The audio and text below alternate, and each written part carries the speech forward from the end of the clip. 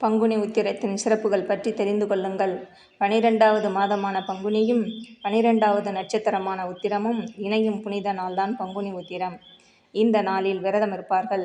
இந்த விரதத்தை கல்யாண விரதம், திருமண விரதம், குழந்தைப்பேறு விரதம் என்றும் கூறுவார்கள்.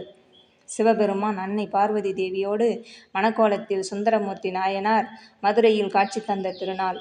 அன்னை மீனாட்சியை திருமணம் செய்து மீனாட்சி சுந்தரேஸ்வரராக காட்சி தந்ததும் இந்நாள்தான். ஆண்டுதோறும் மதுரையில் திருவிழாவை பங்குனி உத்திரத்தன்று சிறப்பாக நடத்துகின்றனர். சிவனின் தவத்தை கலைத்ததால் இறைவன் நெற்றிக்கண்ணால் மன்மதன் எரிக்கப்பட்டான். ரதிதேவியின் வேண்டுதலால் மீண்டும் மன்மதன் உயிர் பெற்ற நாளும் இதுதான். முருகன் தெய்வானையை இந்த நாளில்தான் திருமணம் புரிந்து கொண்டார். அத்துடன் வள்ளியின் அவதார தினமும் இன்றுதான். பர்வதராஜன் தவத்தால் பத்மத்தில் அவதரித்த பார்வதியை சிவபெருமான் கரம் பிடித்த நாளும் இதுவே. ஸ்ரீரங்கம் ஆண்டாள் திருக்கல்யாண வைபோகம் நடந்ததும் இந்நாள்தான். மகாலட்சுமி பங்குனி உத்திர விரதத்தை அனுசரித்ததால் மகாவிஷ்ணு மார்பில் உறையும் பாக்கியம் பெற்றாள். மகாலட்சுமி அவதார நாளும்